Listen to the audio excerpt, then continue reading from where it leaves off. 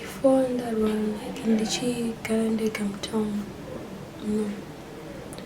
ndakamboenda kune vamwe madzibaba so wenguva tsvuku abva ati iwe ndaona ucharwara singaite ucharwara uchirodzwa nepawest place apa pablood pazasi peguvhu zvichibatana kudai so and the sickness haisi kuzoperera ipapo chete ucharwadzwa futi nemusoro usingatomboiti obva ndipa namoto yekunogeza so the same thing yavakataura iyoyo that's the same thing zviri kuitika right now like ndakaenda mumaperiods and then day 1 ndakarwadzwa singaiti and then day 2 racho ndandabuda chinenge chinyama sort of chiflesh changobuda changoti so pachikabuda pewe ndakatombopera simba so ndakunochinja pad ndandatochiona chitori podaiso so ndakavhunduka and then ndandatochitora photo ndandaratidza bunini wangu ndandati ndokumbira kuti mundiratidzira gogo this thing chandabuda asinyatsoziva kuti chichocho chakaita kuita flesh chaicha and then gogo amenoti gogo akazoratidza kana kushowa karatidzwa vatoratidzwa everything so this brought me here. Hear me, yes. Ujungu waniri kurewa uni mwana wa Kanengo anorapa iwo mari Kanengo oyo rapa vana Kanengo arapa vana Kanengo arapa vana vanorwara nezvirwiri zvakasiyana siyana arapa vana yemi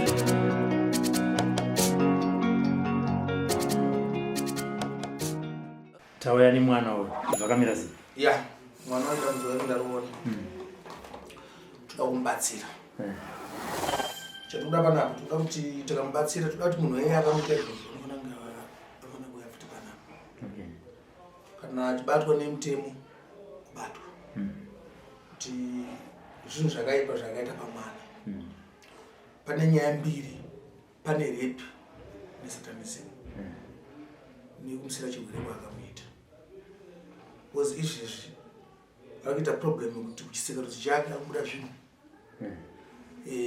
murume ako makurwadziwa akurwadziwa musana saka akakwadzwa chechitu vamuvirisa kuti satanism futi saka toda kuti mubatsire izvezvi zvaari kuita zvisi zvimire achambogara panapa for 3 days rechifomu neamuzomutora hama dzacho titapedza dambudziko rechi5 toita kuti munhu akamuita izvozvo timubate tichaita zvatichaita naye tichaita go back to sender kuti aite sei bauye ndo zviri kutaura Sekuru Kanengo vachirimisa ruzhinji rweZimbabwe kuti munhu yeye vachamuona kuti zvakare akuzouya pano achizopupura kana mapurisa vachitawo basa ravo voitawo basa ravo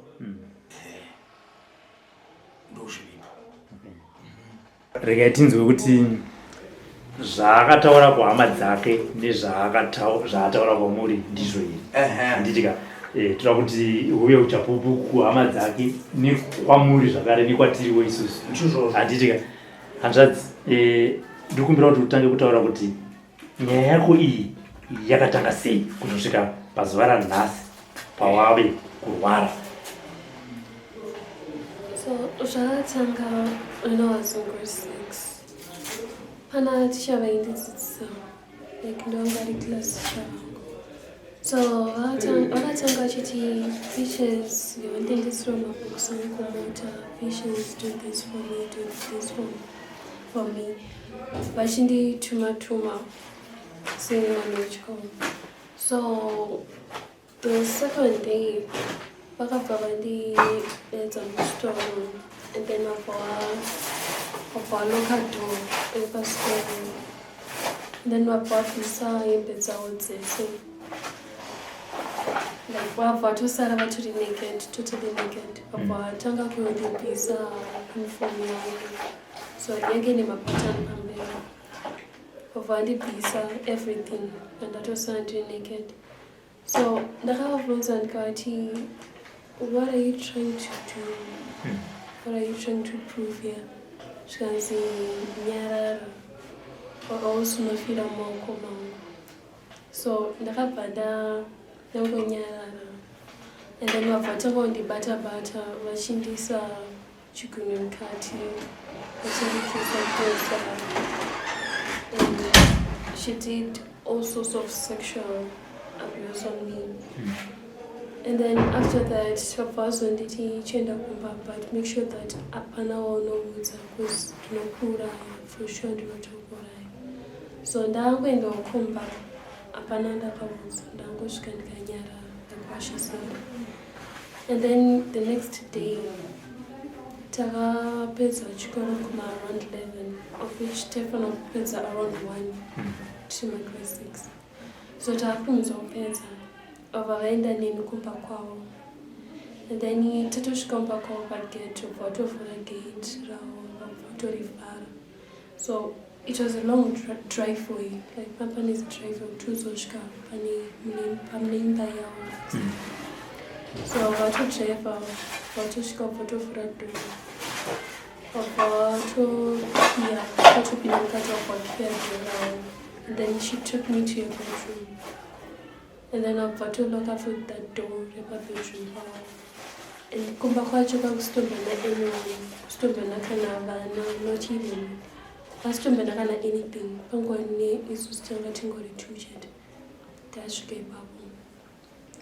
So vabva vatondibvisa hembe dzangu, like my uniform yandakapfeka, and then vabva vatobvisa hembe dzavo. And then she took me pabed ravo.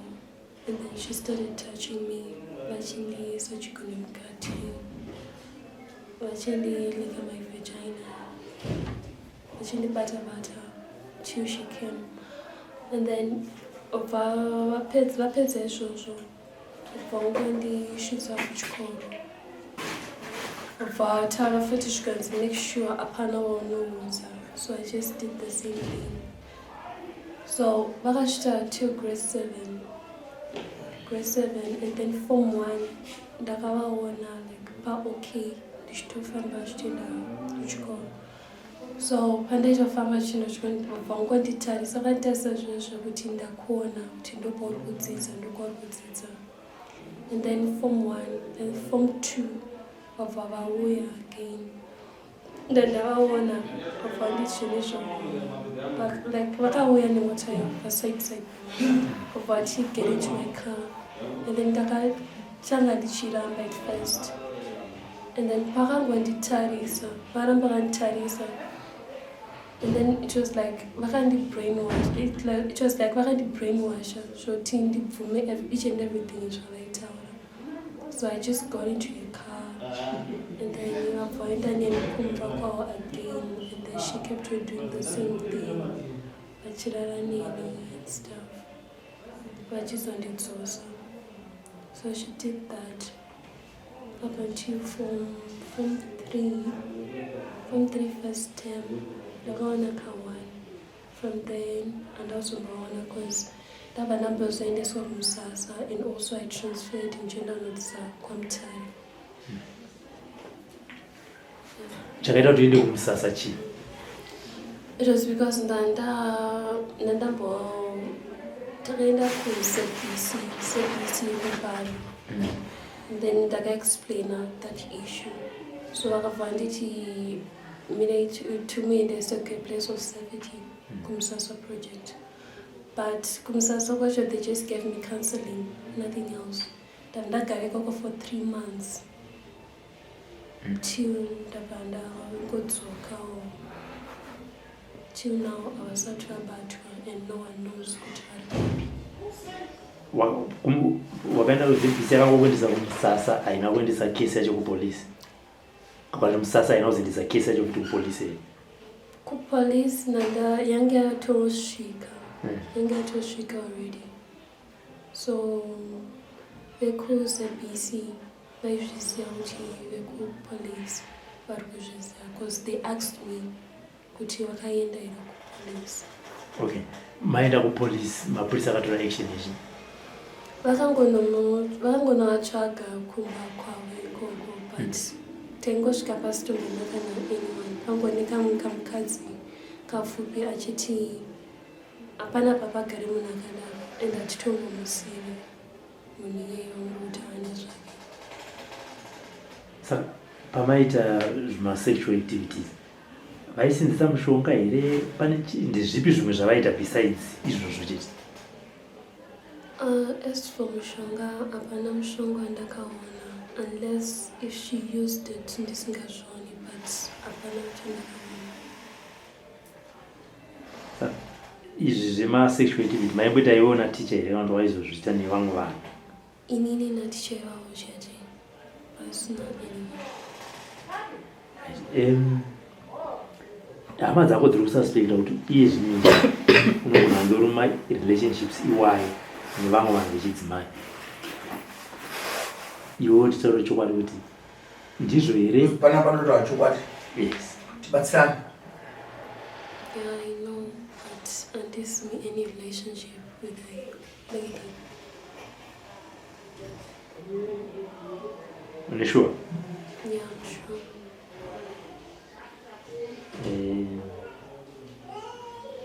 Saka besides Teacher ivavo hauna mumwe wakaita in other sexual relationship naye? No, hapana.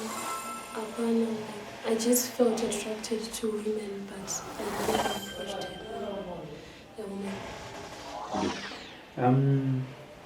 Izvine zviri kurwara handiti uri kunzwa kana waomera madoctors here vakaudza kuti chirwere chako ndechichi, uri kunzwa sei pauri pavo? Handina kumboenda kwadoctor, but pane kwamadzibaba kwandakamboenda last time before ndarwara. Vakasvika kandiexplainira kuti ucharwara singatomboiti. And also vakaexplaina vakati ndaona zita rako rakatsipikwa muhari yabva yachererwa pasi. Zita rako ririmo. And vabva explaina too kuti uchaita musoro uchakurwadza usingaperi. So zvavakaexplaina izvi, one of the things ndozvirikatika izvozvo kuti ndikurwara period pain, of which is an abnormal period pain. Ndakabuda chiflesh chinyamanyama chacho pandaienda kumwedzi. Up until now ndichingorwadziwa pese pablood apa nekumusana kunenge kuchita kucheka kuchirwadza. How is your relationship with your relatives, paternal and maternal? Kama wenyu saidi kwamai kwababa wako wakamira sei? Ndauti utaure chokwadi. Like vanhu vakangondiita take care of ndigogo vangu nenatete vangu. Gogo vapi? Mama vadedi. Ndo vakandichengetawo kubva ndine 1 year 2. Because mama wangu akandidhampa ndine 1 year 2. Kubva ndisiya ndichigara nagogo. And then from my father's side, I can say kuti tonyaso communicate zvakudaro, like tonyaso taura tese vachinasofunza kuti how is it going, vavenika nepi hapo ngotaurawo zvingoti. Okay.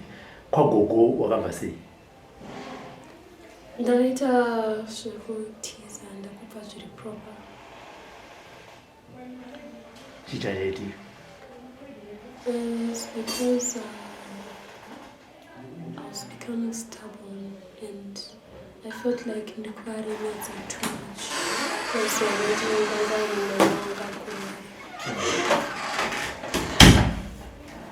So wakatiza uchenda upi?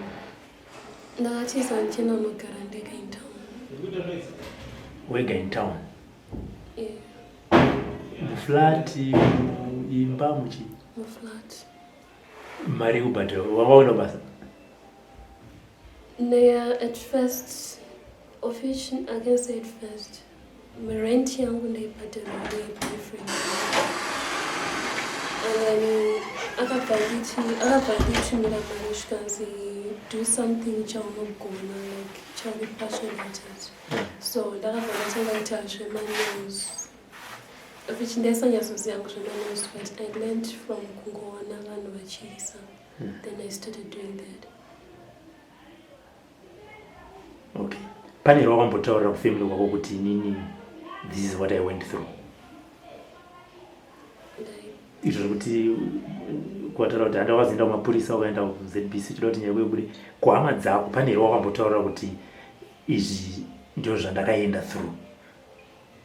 Yeah, gogo vangu and my aunts, they know. Vatitaurire kana kuti takaita find out through school. Yeah, they found never should have find out through school. Asisaona wakambukirwa taura, hapana wakambukirwa gara. Yote nazobvisa maski, toazozunzwa uchitaura. Hapana munhu akataura. Ana, isusu mama vakatita zvokudedzwa kuchikoro ndipo vakazoziva nyaya dzese idzi. Vakashedzwa vachinzi chii? Vakashedzwa vachinzi mwana ari kuabhuswa. Taitotonge isusu tisu tiri kuabhuswa, like kumba ndoko ari kuabhuswa. Atiwo vazoenda vakanoudzwa nyaya dzese kunzi ari kuti pane munhu ari kumutera, akambomolesta before chichichi, ndo zvakaitika. Pakatozodzifambirawo pese panga pakuzoenda unotsvagwa mai vacho mama vanga vakuzviziva vachitofamba vachienda kusitodhati vachinobvunza kuti zvapapi but zvinhu zvekuti we found out through school, not kuti iye akauya ega kuti ndo zviri kuitika chichichi. Runyero kuperera zvimwe zvinhu zvatatanzwa isusu was through pane paakaenda kuholiday kwesister yamama, ndo ameno akanotaura nemuroora. Muroora ndiye akazoti nyaya dzataura nani napeshi ameno kuti muri kudziziva here. Ndo paakataura zvekuti ini ndiri musatanist. Isusu hatinombobvira tozvibhilieve because takangoti but ivo angafomari baba ndichaziva. I think they're doing for one. Okay. But isusu inyaya dzekuti haana, she has never said anything. She has never confided into us kuti this is what's going on chichichi. Inyaya dzekuti zvese zvatinoita find out about him, we find out from people, not from him. Apa nezuro chete ndo paakazenga kutaura pandakazokufonerai, ndopega patakanyatsooti taura tesi. Padamubvunza kuti saka tofona here, do you want deliverance, do you want help? Mukweso ukuku haambotaure through us, zvinhu zvatinoita find out tega. Okay. Handiti wakandifonera uinaye kwauri akauya sei? Akasenda mamessage pane brother yangu, pafoni pebrother yangu achirakidza zvinhu zvaakabuda izvi. Saini ndakabatikana kuti mwana anogona kufa kana ari kuti ari kubuda ropa achibuda zvinhu zvakadai izvi, hachisi normal kubuda zvinhu zvakadaro mubvudzi mako. Saka pandaita sei ndandiri kumba kwefriend yangu, ndatomurakidza kuti ona chichichi. Friend yangu pati ubvazongosara pafonerana naye pamuti uya because anga ari kukadomo. Pauya kubva kukadomo bvaita sei pasvika I think akatosvika mu4 patozodzwa vazotifonera manheru akutodza tachi ndakatora mwana kuti auye because ndaida kuti tiende naye kuhospital tonoti chii chiri kuitika. So tiri papapo pandafonera pandamuti chindipa manumbers because iye kwatiri akataruka namama vake. Pandamuti chindipa manumbers tase titaure nani namama vako tinzwe kuti what's going on kana namainini vako vaicho vekukadoma. Pandipa pandafona maine kukadoma vakutoshamisika kuti ina atondiudza kuti ndatoita sei, ndatoya kuzotaura naTeacher chichichi but atazotofind out ndopatatofind out kuti anga achigarega anga pesa panga chitongotiniperewo kuti agara namama wake. So after work ndopanda ndazoenda ndichita sei ndichinomuona ndopa takazotanga kutaura nyaya kuti why do you lie, unongo chitinyepererei wakatizirei zvona life yako izvo zvaonda auratidza kuti things are not going well for her kana zviri kuti akazingaisirwa zvinhu panze paazoita sei patozofonera mainini wacho achichema ukadoma achienda ikoko ndopatakatanga kutaura ndopatakazosvika pakuti sikanyaya dzezvesatanism dzawakazosiya here iwewe because kuti ugashirike pane zvinhu zvaunofanira kusiya like izvo zvekunyepa zvekuita se because obvious wakatooresa maini wako watotiore mwoyo nenyaya dzavanzwedza isusu tatogara wakatooresa mwoyo wakangotitiza and she has said bad stuff about mama. So zvese izvozvo ndopata kutaura ndopata kazotaura saka zvechisatanism chichichi wakasiya here chichichi kana kuti unoda kunamatirwa kuti zvese zvinyatsopera zvese because ndokuti uve neway forward izvana kana Beth haana chitupa ati achi ndoda but ataura nebrother yangu kati saka toita sei so isusu tiri vanhu vanongoono zveSly Media izvo but my brother but takaona imwe shochi yemunhu wesatanism akatobatsirwa chichi but saka maybe unogona chose kubata veSly Media vacho but atomubvunza saka tovabata here because isusu da zvinhu zvekuti ngochita sei uchiwirirana because this is your life ubati ndokukubatai kwatakazvoita. Okay, so and sei pakati pehama dzako usingavaudzi chokwadi amaini ninovaudza zvimwe anatete ovaudza zvimwe pane mareasons here why usingadi kuti vese vazive kuti uri kuzvifambisa sei like ndikutaura natete wavo kuti amaini nokando mwanenge vachiisa mamwe statement iwo kwavari unenge uchivaudza mamwe statement. ndanga ndingori afraid kuti ndikazvitaura kuti ndikugara ndega and stuff they would ask so many questions so I just wanted to live my life in private. Okay, boyfriend yako yaibhadhara rent iri kupi? Iri Australia. Anenge achikutumira mari? Yeah, ainditumira mari. Hauna chitupa mari iyo unoitorawo? Painditumira ndaitora through flatmate wangu like wandaishare naye. Waishare naye anoziva here kuti ndozvawo okay ngatimbotaura sidai so tombobvisa pakona anoziva here kuti waita zvesatanism flatmate yako? No, she never knew. Boyfriend yako iri kuAustralia mukomana kana kuti mukadzi? Mukomana. Are you sure? Yeah, I'm very sure. Upane nyaya yekuti wakambobuda wakamboudza musikana wamaigara naye kuti boyfriend yako iyo musikana munoita izvozvo? Like akazozvitaura izvozvo but I explained like ndangomuudzawo what I went through. So but I never told her kuti boyfriend yangu mukadzi. Ndambokubvunza iwe muzukuru chii chinokupewo kuchivasikana vyako kuchivakadzi?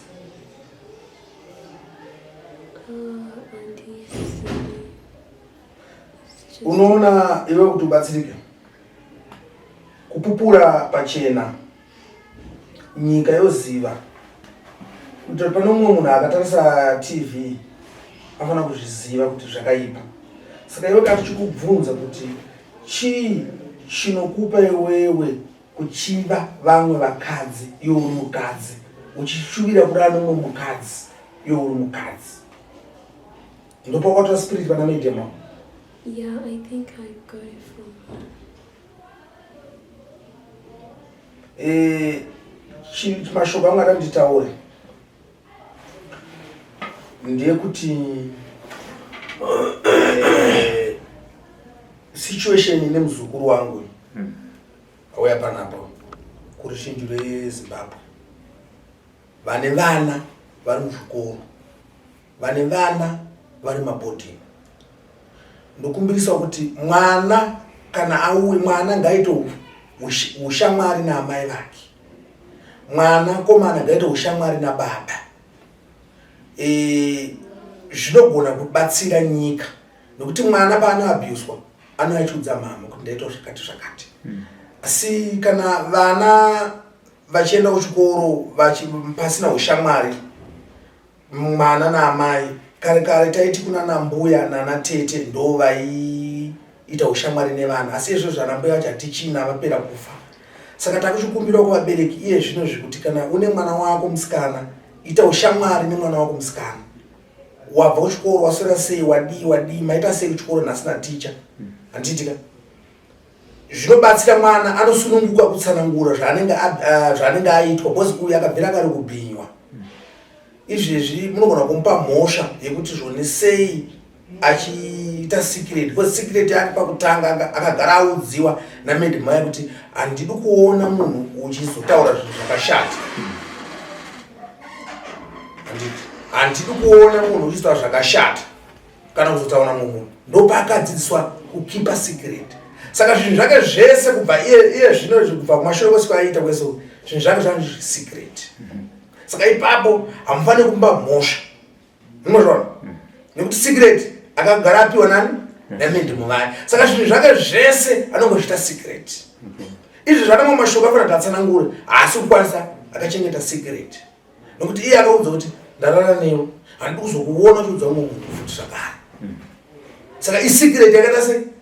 Yakapiwa. Zvinhu zvake zvose zvaanoita zvese kana shamwari yake chaichaye anda zvinhu zvake michinyara haana munhu anokwanisa kuudza secret. Kuti isecret azoiburisa arwadziwa manje. Akusangana nerufu. Zvekutoti dai pasina kukurumidza kwainaye pano within 1 week time aifanira kufa mwana. Zvichikonza kuti ropa rakubuda rakawandisa. Okay. Miri make hamusisina ropa. Saka izvo zvinotanga totombomurapa. Mushonga taanawo. Tovatabvisa mhepo yesatanism. Amuchidzeretete. Imimi musamunye kubvunza kuti sei ongo singatudze. Secret akaiudzwa pakutanga. Kuti zvinhu zvatikuita panapa izvi hauna anyone waunofana kutaurira. Hauna mumwe munhu waunofana kutaurira. Unofana kuzvinyarara. Saka nhasi unakaita zvinhu zvake anoita zvinhu zvake zviti secret.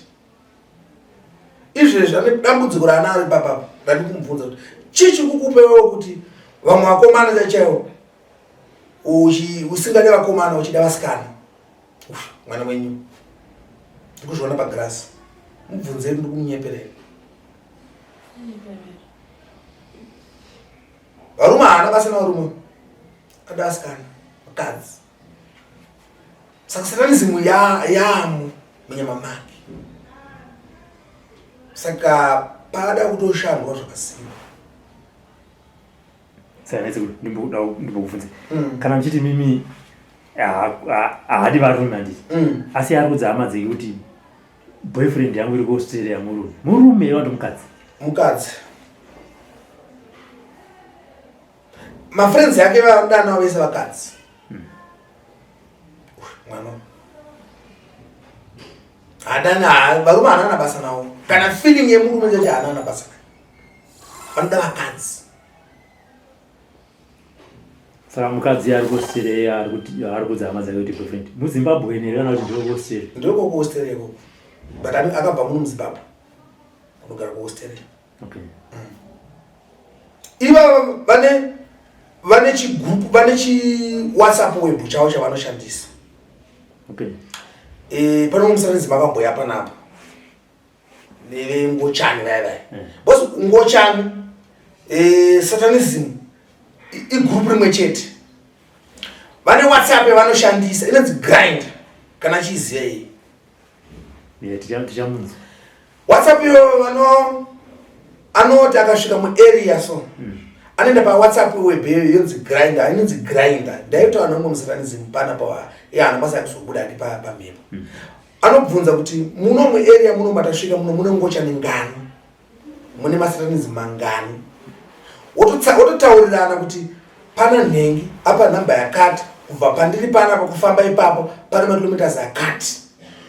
Handiti wotanga kuti hai pafoni watanga kutodanana chinyi pafoni wotozosangana vakuita zvechirabishi izvo zvanenge vakuita izvozvo.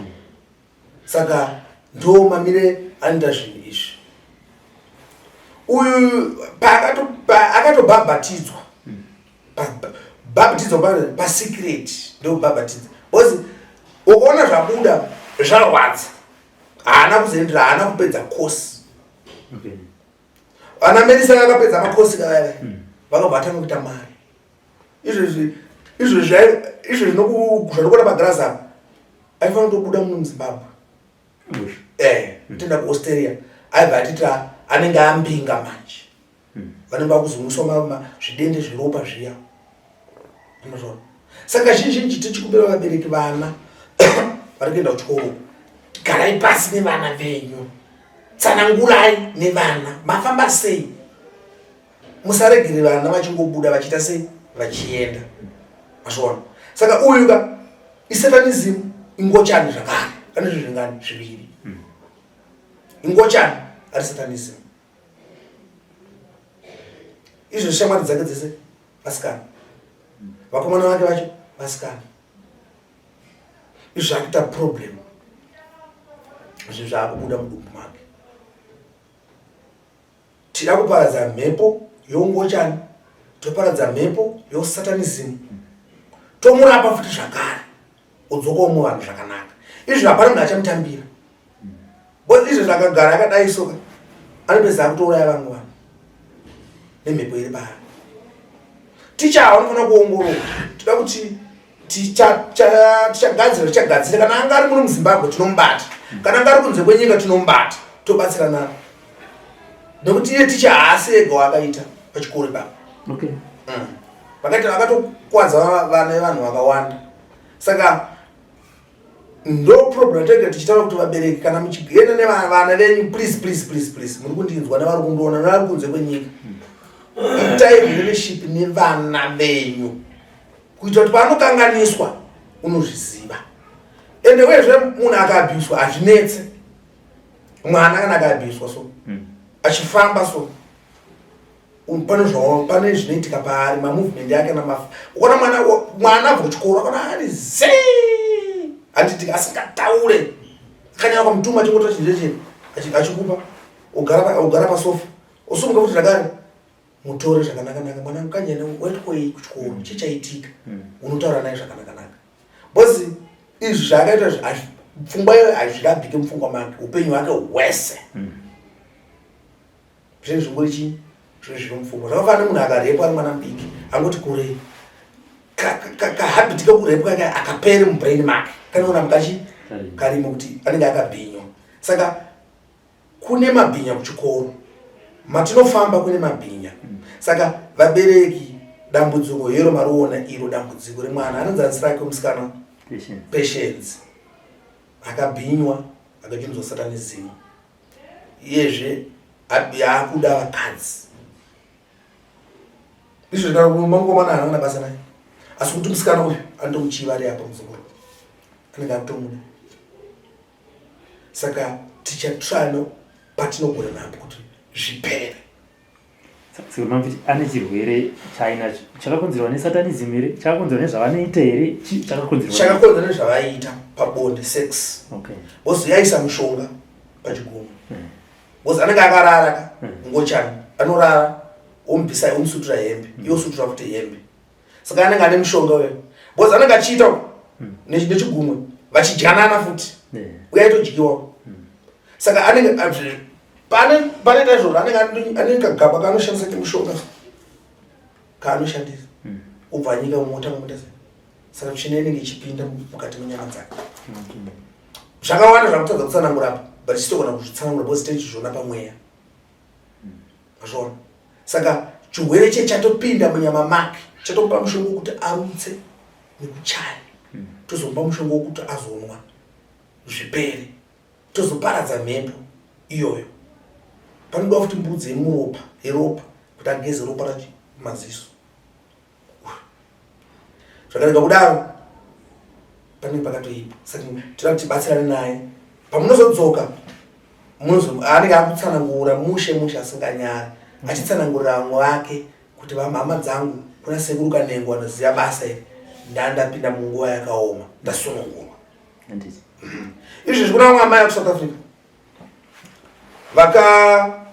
mwana wechikoro vakatifonera mamwe zuva mwana abva kuchikoro paya mama wakati akanitesa mabhuku emwana kuti ari kugona sechikoro ndokunobvuchinura mubag memory ndoona mune 50,000 US mune 120,000 rands ndokuti richirega ndinoudza baba vacho kuti ndezvandaona muchibag memwana mai vari kuenda unoudza baba kuti ndozvandaona mubag memwana mune mari yakawandisa pana pasina kana sendi mai vari kuya vari kutarisa mari vakashayiwa zvamujosa mwana akabva atotisa asi kuzeta ari kupi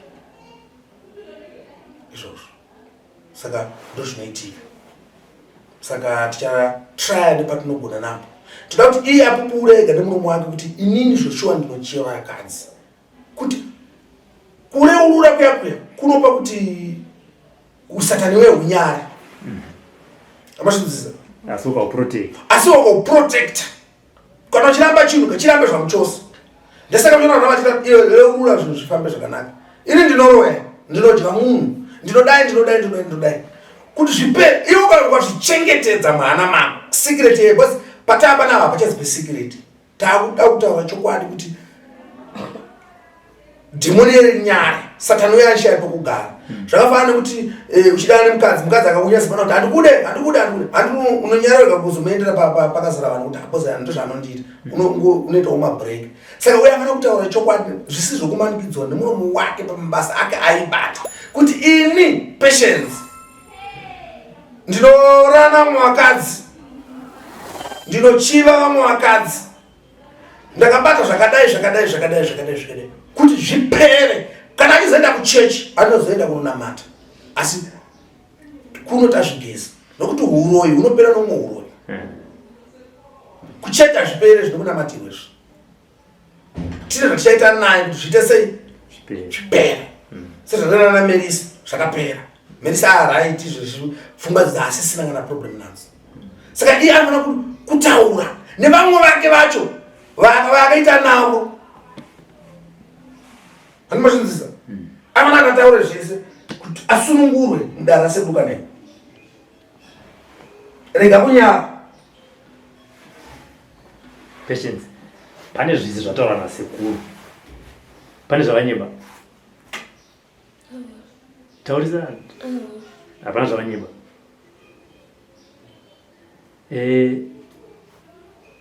sekuru ndakubvunza mubvunzo nye boyfriend yako yekuaustralia ukapindura zvawapindura sekuru vatova nezveboyfriend yako yekuaustralia pakati pako nasekuru autora chokwadi ndiani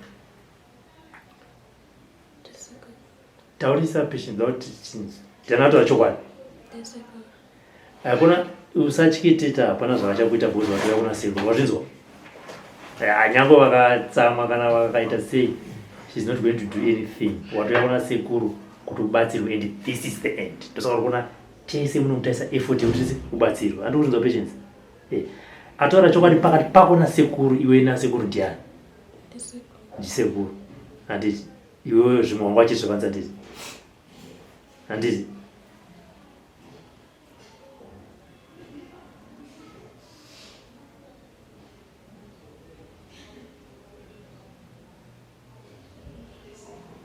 mudara muchema wanza mzuru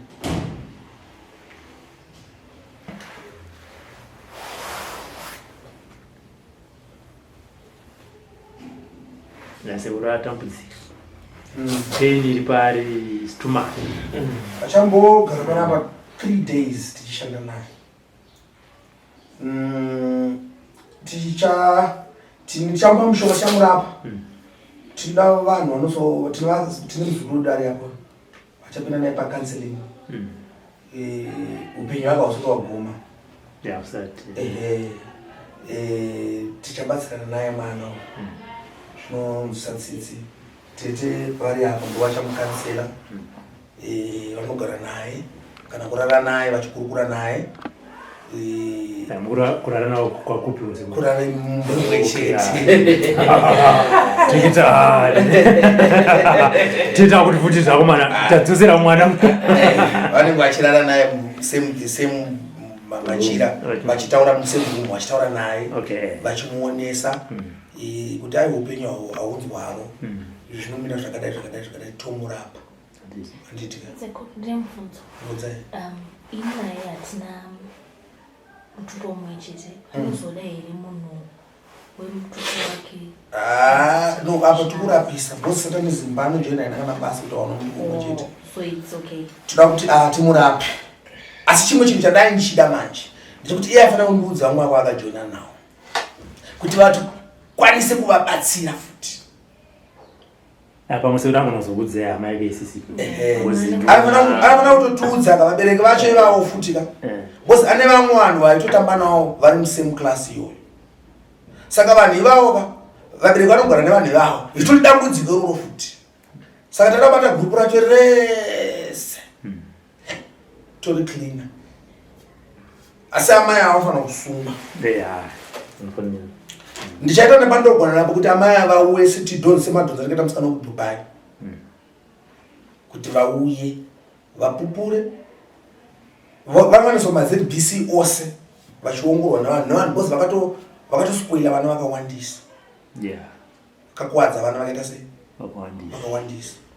Saka pandopedza mumwe wangu wandikudamba achidzokorora zvakare. Kana muchigara nevana pamba itai ushamwari nevana. Mwana sikana ngaasununguke kuti mama ndakonzwa natatenda, mama ndakonzwa naBlessing ati anondida.